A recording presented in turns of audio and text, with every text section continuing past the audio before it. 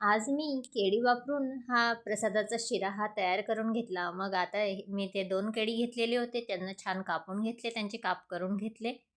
बघा मस्त झाले काप. आता काजू घेतले, काजूचे पण काप करून घेतले. आता मी गॅसवर एक पातेलं ठेवलं. त्यात आपण 1 वाटी दूध घेतलं. त्याचबरोबर 1 वाटी पाणी घेतलं आणि ते आपण उकळत एका साईडला ठेवून दिलं. आता गॅसवर कढई ठेवली.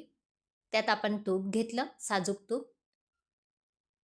साजूक तूप हे छान मेल्ट झालं.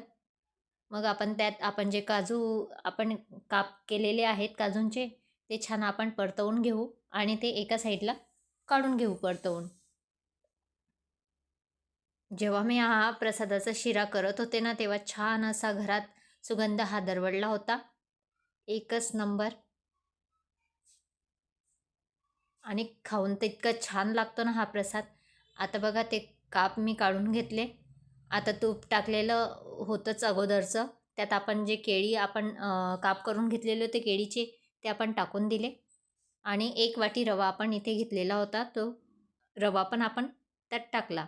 आणि छान असं त्याला परतवून घ्यायचं, मॅश पण करून घ्यायचं मध्ये-मध्ये. छान असं मॅश ते झालेलं आहे.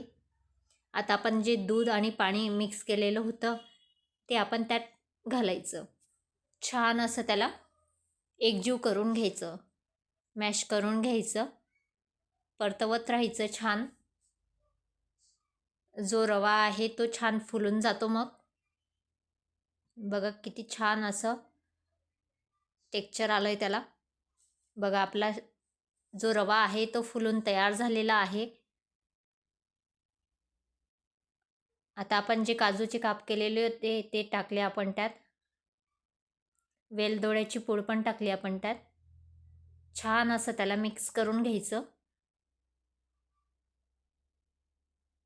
थोडं 2 मिनटं झाकण आपण ठेवलं होतं त्यात. आता 1 वाटी आपण साखर घेतलेली होती. ती साखर त्यात टाकायची आणि छान मिक्स करून घ्यायचं. एकच नंबर. शिरा हा प्रसादाचा तयार झालेला आहे.